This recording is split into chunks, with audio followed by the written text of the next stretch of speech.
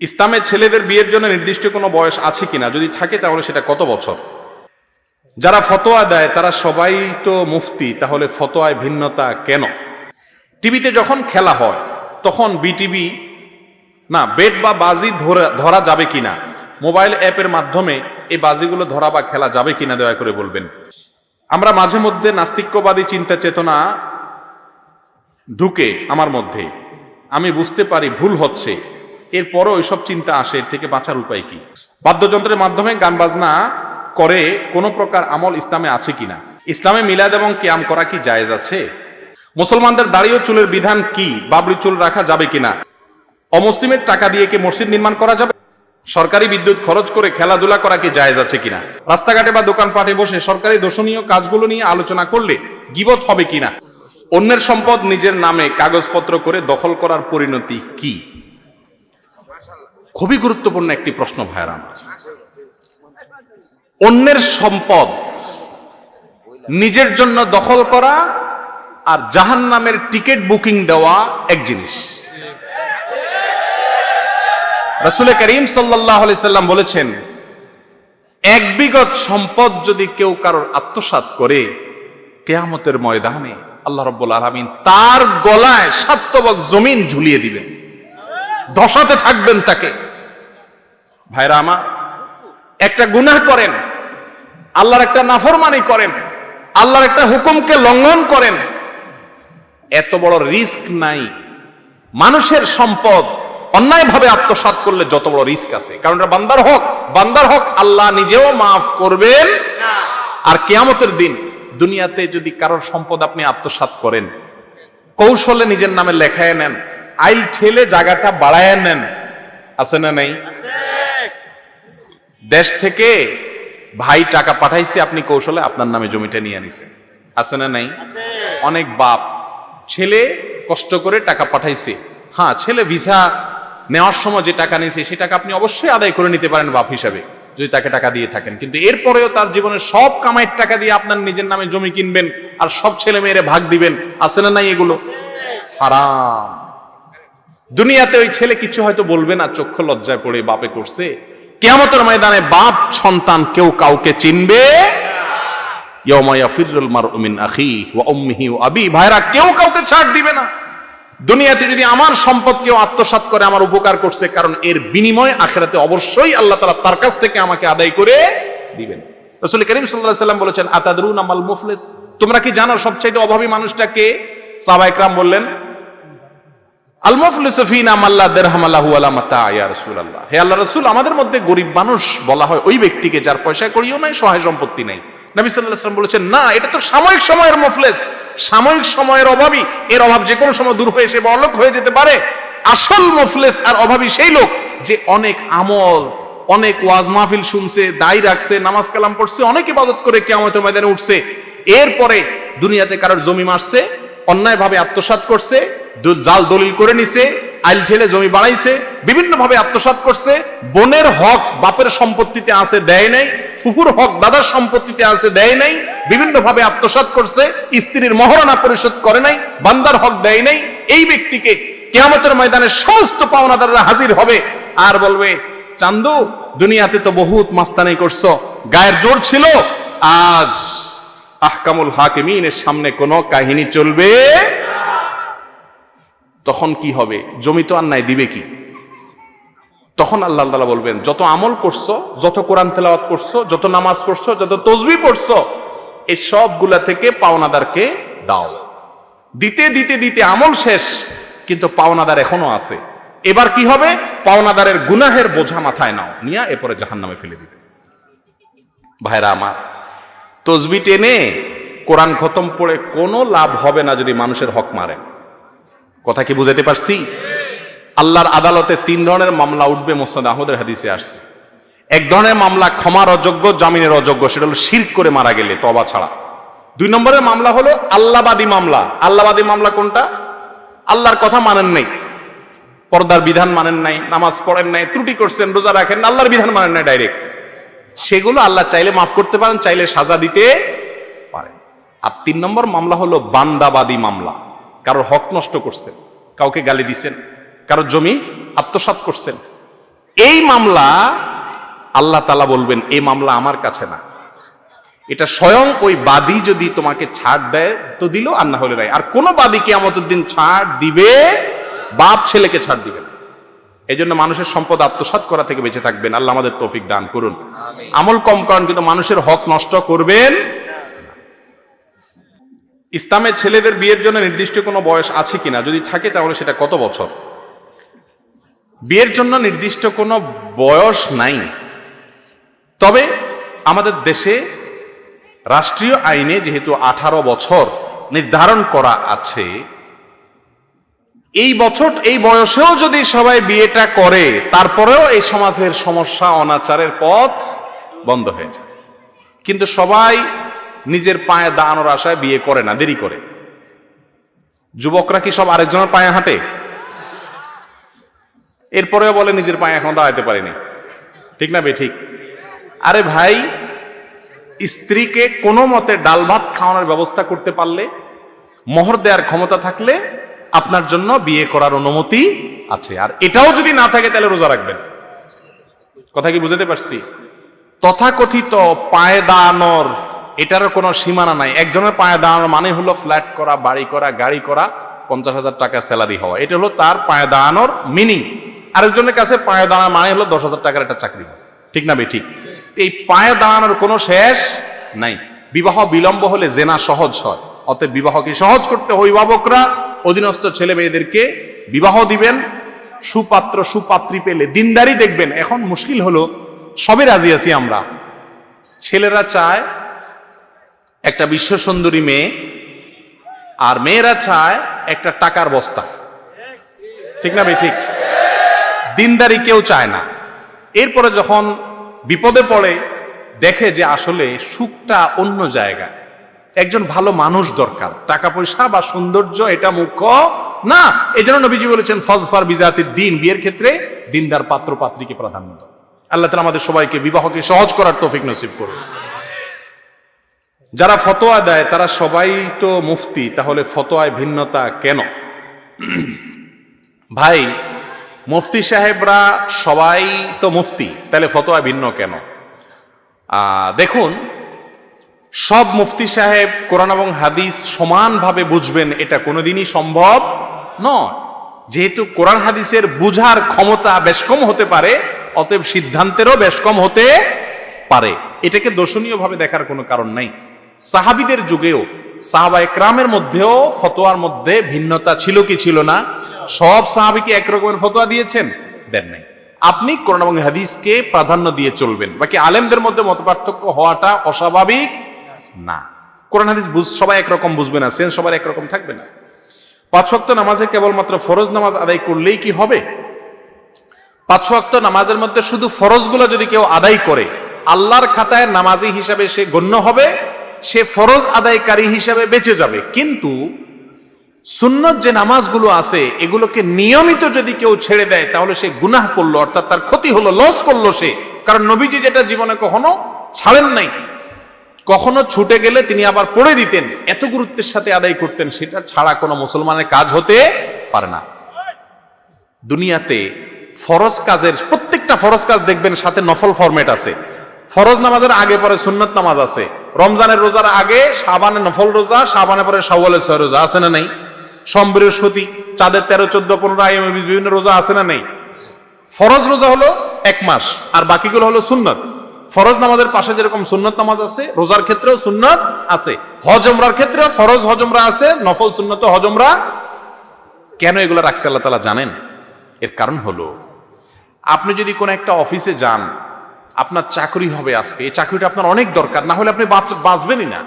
আপনাকে বলা হয়েছে আপনি ভোটার আইডি কার্ডের একটা ছবি আনবেন, আপনি এনআইডির একটা ছবি তুলে নিয়ে যাবেন। এটা হবে সাধারণ মানুষের কাজ। বুদ্ধিমান বিচক্ষণ মানুষ হলে 2-3টা ফটোকপি করবে, সম্ভব হলে আইডি কার্ডটা অরিজিনালটাও সাথে রাখবে, না জানি কোনটা কাজে লাগে। ঠিক না ঠিক? নফল নামাজ, নফল রোজাটা হলো এরকম। যদি ফরজের ঘাটতি দেখা দেয়, কিয়ামতের দিন আল্লাহ তাআলা নফল দিয়ে, সুন্নত দিয়ে সেটা ঘাটতি পূরণ করবেন। অতএব আপনি কেন ছাড়বেন? তবে হ্যাঁ, যদি কেউ শুধু ফরজ আদায় করে ফেলে, ওয়াক্তের দায়িত্ব থেকে সে মুক্তি অব্যাহতি পেল। টিভিতে যখন খেলা হয় তখন বিটিভি না, বেট বা বাজি ধরা যাবে কিনা, মোবাইল অ্যাপের মাধ্যমে এই বাজিগুলো ধরা বা খেলা যাবে কিনা দয়া করে বলবেন। বাজি ধরা এটা হলো জুয়া। আর আল্লাহ রাব্বুল আলামিন কোরআনে কারিমে বলেছেন যে ইন্নামাল খামরু ওয়াল মাইসিরু ওয়াল আনসাবু ওয়াল আজলামু রিজসুম মিন আমালিশ শাইতানি ফাজতানিবু। মদ এবং জুয়া ইত্যাদি এগুলো শয়তানের কর্মকাণ্ড, এগুলো থেকে বেঁচে থাকো। জুয়াকে ইসলাম হারাম করেছে, এজন্য কোনো প্রকার জুয়া ধরা যাবে না। যুবক ভাইরা অনেকে মজা করে এই সমস্ত বাজি ধরেন বন্ধু বান্ধবদের মধ্যে, আছে না নাই? আমি তোরে খাওয়ামু, তুই আমার খাওয়াবি, এত টাকার বাজি, বলে যে এমনি মজা করে ধরছি। ভাইরা আমার, এই মজা যখন জাহান্নামের শাস্তি এর কারণে পেতে হবে তখন বুঝবেন যে এই মজা শুধু মজা নয়, বরং এটি আপনার ধ্বংসের কারণ। অতএব কোনো জুয়া ধরা যাবে না। আমরা মাঝে মধ্যে নাস্তিক্যবাদী চিন্তা চেতনা ঢুকে আমার মধ্যে, আমি বুঝতে পারি ভুল হচ্ছে, এরপরও ওইসব চিন্তা আসে। এর থেকে বাঁচার উপায় কি? দারুণ একটা উপায় আছে। উপায়টা হলো, আপনার মনে যখন আল্লাহকে নিয়ে বাজে চিন্তা আসবে, সাথে সাথে একটা জিনিস চিন্তা করবেন, সেটা হলো আমি খাঁটি মুসলমান, বুঝা গেছে। কারণ যেই ঘরে টাকা থাকে সেই ঘরে চোর যায়, ঠিক না ঠিক? আমার মধ্যে আল্লাহর প্রতি ঈমান আছে দেখেই শয়তান ইবলিস সে আমাকে খোঁচাচ্ছে, আল্লাহর ব্যাপারে বাজে কথা সে আনতেছে। কোনো অমুসলিম তার মনে জীবনে এগুলো আসবে না, কারণ সে খালি ঘর। আমার ঘরে সম্পদ আছে, ঈমান আছে, আলহামদুলিল্লাহ, আল্লাহর প্রতি ঈমান আছে। আল্লাহ কোরআনে বলছে শয়তান তোমাদের প্রকাশ্য শত্রু। এই যে শয়তান খোঁচাচ্ছে, এই যে আল্লাহ সম্পর্কে আমার মনে বাজে চিন্তা করতেছে, তার ডিউটি পালন করতেছে, সাথে সাথে দেখবেন আপনার ভিতরে সাবধানতা আসবে, আপনার ভিতরে ঈমান বেড়ে যাবে ইনশাআল্লাহ। কথা কি বুঝাতে পারছি? আর দ্বিতীয় আমল হলো, শয়তান বাম দিক থেকে মানুষকে বাজে চিন্তা মনের ভিতরে ঢুকায়। 3 বার থুতু ফেলবেন, থুতু বলতে বলতে একেবারে গালভর্তি থুতু না, একেবারে সুইর আগা পরিমাণ থুতু থুতু করে ফেলবেন, আর আমানতু বিল্লাহি ওয়া রাসূলিহি পড়বেন। ইনশাআল্লাহ তাৎক্ষণিকভাবে দেখবেন যে শয়তান এটাকে প্রতিহত করতে পারবে। আল্লাহ তাআলা আমাদের ঈমানগুলোকে হেফাজত করে নিয়ে যাওয়ার তৌফিক নসিব করুন। ইচ্ছার বাইরে যদি এরকম মনে চিন্তা আসে, আল্লাহকে নিয়ে বাজে চিন্তা বা কুফরি চিন্তা, নাস্তিক্যবাদী চিন্তা, তাহলে এর কারণে আল্লাহর কাছে কোনো পাকড়াও হবে না। ইচ্ছার বাইরে যদি আসে, হ্যাঁ, আসার পর আপনি ইচ্ছাকৃত চিন্তা করতেছেন, নাস্তিকদের বই পুস্তক পড়তেছেন, তাদের লেখা পড়তেছেন, ফেসবুক স্ট্যাটাস পড়তেছেন, এগুলোর উত্তর আপনার জানা নাই, তাহলে শয়তান ওই চান্সে আপনার মনের ভিতরে সন্দেহ ঢুকায় দিবে। এটা করা যায়। বাদ্যযন্ত্রের মাধ্যমে গান বাজনা করে কোনো প্রকার আমল ইসলামে আছে কিনা? বাদ্যযন্ত্র এটি আল্লাহ রাব্বুল আলামিন এটাকে হারাম করেছেন। সূরা লোকমান আয়াত নম্বর 6, সূরা লোকমান আয়াত নম্বর 6, এটার ব্যাখ্যায় তাফসীরের কিতাবগুলোতে ইবনে কাসীর, কুরতুবী, যত বড় বড় মুফাসসিররা তাফসীর লিখেছেন, কোরআনের ব্যাখ্যা আছে, সেই ব্যাখ্যাগুলো খুললে দেখবেন এখানে বলা হয়েছে আল গিনা, অর্থাৎ গান, বাদ্যযন্ত্র, এগুলো যদি কোনো ভালো গানের মধ্যেও যুক্ত হয়, এমনকি সুন্দর ইসলামী গজলের মধ্যেও বাদ্যযন্ত্র যুক্ত হয়, তাহলে সেটা হারাম হয়ে যায়। এটা হারাম হয়ে যায়। গোটা বিশ্বের তেমন কোনো আলেমদের কোনো মত পার্থক্য নেই। আমাদের দেশে কিছু মানুষ বাদ্যযন্ত্র বাজাতে বাজাতে আল্লাহরে ডাকে। কথা বুঝে আসছে? আছে না নাই? আরে ভাই, যে বাদ্যযন্ত্র ভাঙার জন্য রাসূল এসেছেন, সেই বাদ্যযন্ত্র আবার কিভাবে ইবাদতের মাধ্যম হতে পারে? এটা শয়তান আমাদের মনে এই সমস্ত ঢুকায়। যারা বাদ্যযন্ত্র জানায়া এই সমস্ত গান করে, গজল গায়, এদেরকে কখনো মসজিদে দেখবেন না, ঠিক না ভাই? ঠিক। এদেরকে কখনো উমরা, হজ করতে দেখবেন না।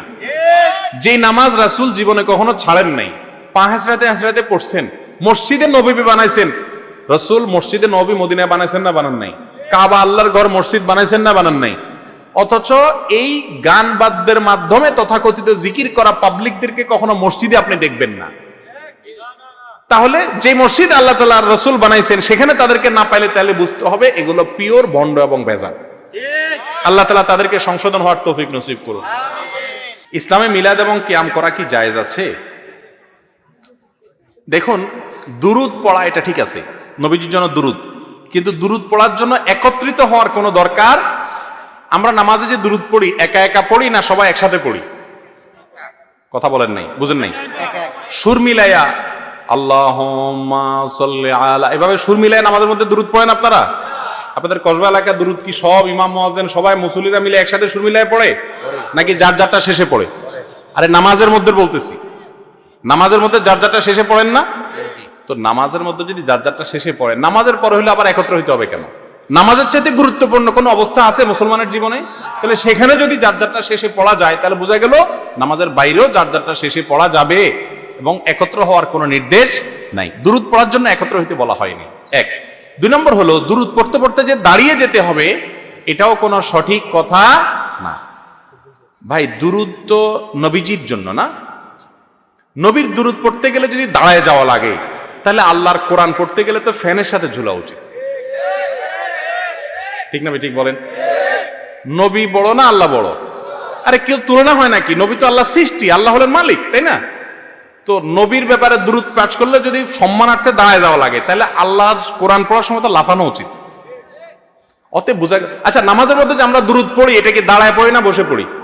কথার জবাব দেন। নামাজে দুরূদ পড়েন না? আপনারা পড়েন না? নামাজে দুরূদ পড়লে কি বসে বসে পড়েন না দাঁড়ায় দাঁড়ায় পড়েন? যদি দুরূদ পড়তে পড়তে দাঁড়ায় যাওয়া লাগতো তাহলে নামাজের মধ্যেও বসতে বসতে দাঁড়ায় যাওয়া লাগতো, ঠিক না ভাই? ঠিক।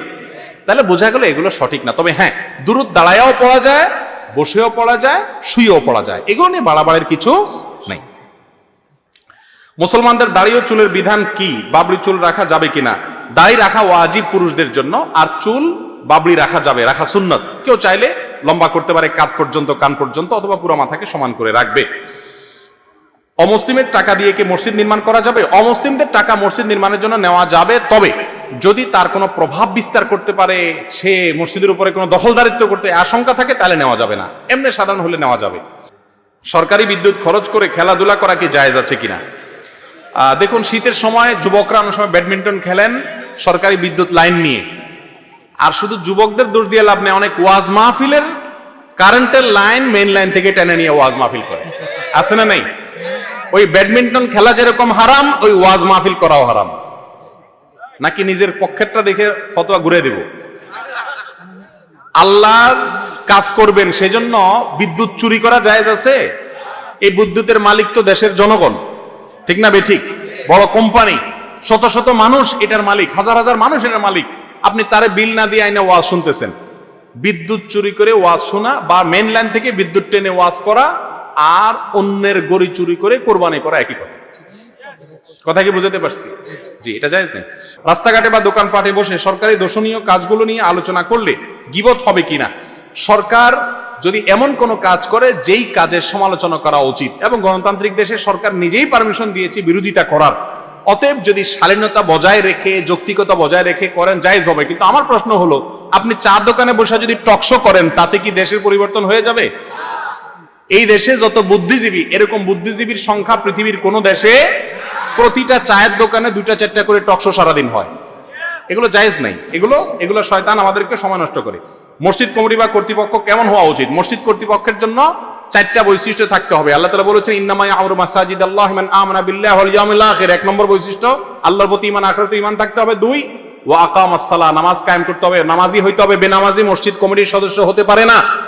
3 নম্বর হলো ওয়া আতাজ যাকাত, যাকাত আদায় করতে হবে। সুদখোর ঘুষখোর সে মসজিদ কমিটির সদস্য হতে পারে না। 4 নম্বর হলো ওয়ালাম ইয়াখশা ইল্লাল্লাহ, আল্লাহ ছাড়া আর কাউকে পরোয়া করবে না সত্য কথা বলতে। এই 4টা গুণ থাকলে সে মসজিদ কমিটির সদস্য হবে। টিকিট না কেটে ট্রেনে চড়া কি গুনাহের কাজ? হলে কতটুকু? অবশ্যই এখানে জাতির সম্পদ নষ্ট হয়, এটার কারণে গুনাহ হবে। ভাইরা আমার, প্রশ্ন আমরা আলহামদুলিল্লাহ অনেকগুলো প্রশ্ন উত্তর দিয়েছি, কিন্তু রাত অনেক হয়েছে, আরো বাকি প্রশ্ন উত্তর দেওয়া কঠিন। ইনশাআল্লাহ সেইখানে আলোচনা করে যদি সুযোগ হয় উত্তর দিবেন, আর না হলে ইনশাআল্লাহ আমরা পরবর্তীতে কখন আপনাদের প্রশ্নগুলো উত্তর দিব। আল্লাহ তাআলা আমাদের সবাইকে কোরআন এবং হাদিস অনুযায়ী চলার তৌফিক দান করুন। হাদা ওয়া সাল্লি ওয়া সাল্লিমু আলা নবিয়িনা মুহাম্মদ ওয়া জাযাকুমুল্লাহু খায়রা।